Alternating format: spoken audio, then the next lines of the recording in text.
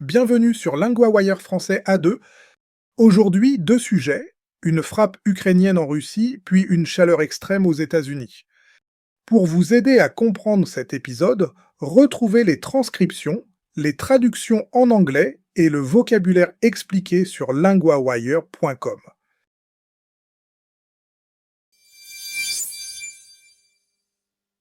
On commence en Russie, à Saint-Pétersbourg, dans le nord-ouest du pays. Claire est correspondante LinguaWire pour les questions de sécurité. Bonjour Claire. Bonjour Louis. Claire, que dit l'Ukraine sur cette frappe? L'Ukraine dit avoir touché pendant la nuit un grand terminal pétrolier à Saint-Pétersbourg.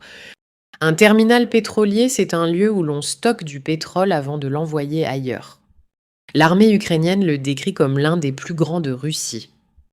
Pourquoi ce lieu est-il important pour l'Ukraine? Selon le président ukrainien Volodymyr Zelensky, c'est une infrastructure importante. Il dit qu'elle rapporte de l'argent qui aide la guerre menée par la Russie.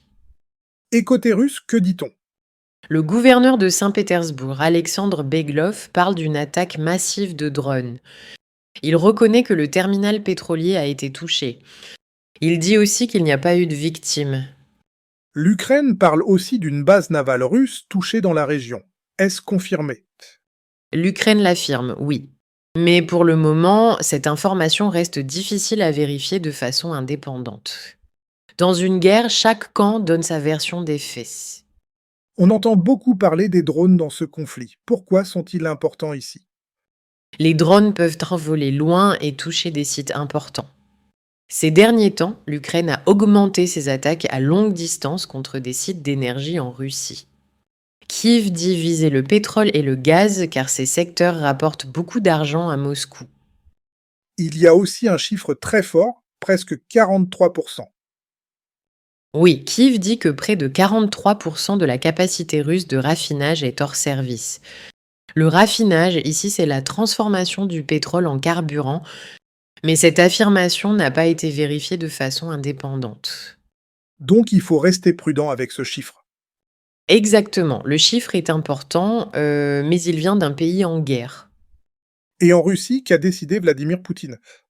Samedi, il a signé une loi pour augmenter la quantité de carburant disponible en Russie. La semaine dernière, il avait reconnu des manques de carburant causés par des attaques ukrainiennes. Qu'est-ce que cela peut changer pour les habitants? Quand le carburant manque, les transports et les prix peuvent être touchés.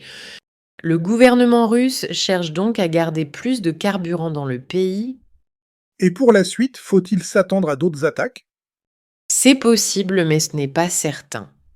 L'Ukraine dit que ces sites sont des cibles légitimes. La Russie, de son côté, va probablement essayer de mieux les protéger.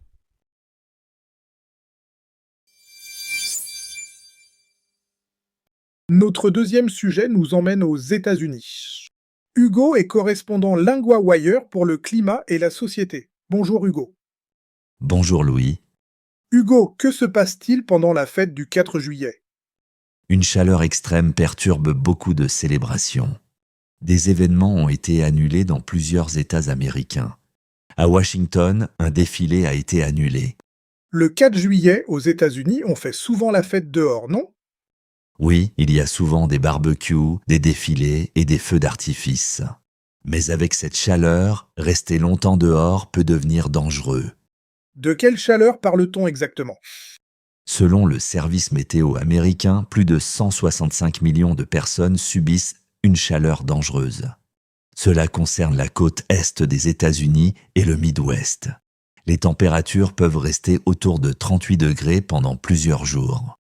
38 degrés avec de l'humidité, c'est très difficile pour le corps. Oui, l'humidité rend la chaleur plus dure à supporter. Le corps transpire, mais il se refroidit moins bien. Il y a aussi eu des problèmes de santé pendant un événement à Washington. Oui, une grande foire à Washington a été fermée temporairement. Plusieurs personnes ont reçu des soins pour des problèmes liés à la chaleur. Quels autres lieux sont touchés par les annulations? Des événements ont été annulés dans le New Jersey, en Pennsylvanie et dans le Maryland. Il y a aussi des annulations plus à l'ouest, jusqu'au Colorado. Et à Philadelphie, il devait y avoir un grand défilé? Oui, le défilé appelé Salute to Independence a été annulé vendredi. Il devait être l'un des grands événements du pays. Cette année est aussi symbolique pour les États-Unis. Oui, les célébrations marquent aussi les 250 ans du pays.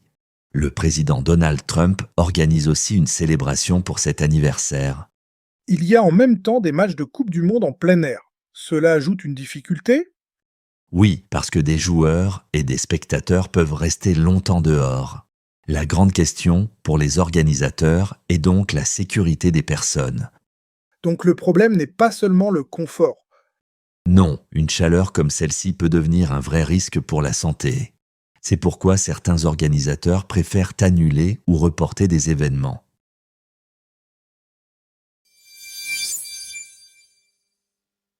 Passons au récapitulatif langue en deux parties. Première partie, 3 mots du sujet sur la chaleur aux États-Unis. Premier mot, un défilé. Un défilé, c'est un événement où des personnes marchent ensemble dans la rue. Dans l'histoire, un défilé a été annulé à Washington. Exemple, le défilé passe devant la mairie. Deuxième expression, en plein air. En plein air veut dire dehors, pas dans un bâtiment. Dans l'histoire, plusieurs matchs ont lieu en plein air. Exemple, quand il fait beau, nous mangeons en plein air. Troisième expression, recevoir des soins. Recevoir des soins, c'est être aidé par un médecin, une infirmière ou un service de santé. Dans l'histoire, plusieurs personnes ont reçu des soins à cause de la chaleur. Exemple, après son malaise, elle a reçu des soins rapidement. Deuxième partie, le verbe annuler. Annuler veut dire décider qu'un événement n'aura pas lieu. Dans l'épisode, des villes ont annulé des défilés à cause de la chaleur. Annuler est un verbe régulier en ER, j'annule, tu annules, il annule. Au passé composé, on dit on a annulé, ils ont annulé. Attention, annuler n'est pas la même chose que reporter. Reporter veut dire mettre un événement à une autre date. Exemple 1, la ville annule le concert ce soir. Exemple 2, ils ont annulé la réunion hier.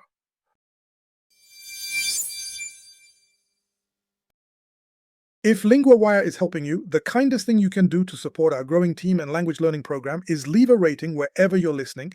It's how other learners find the show. And if something could be better, tell us through the feedback form at linguawire.com.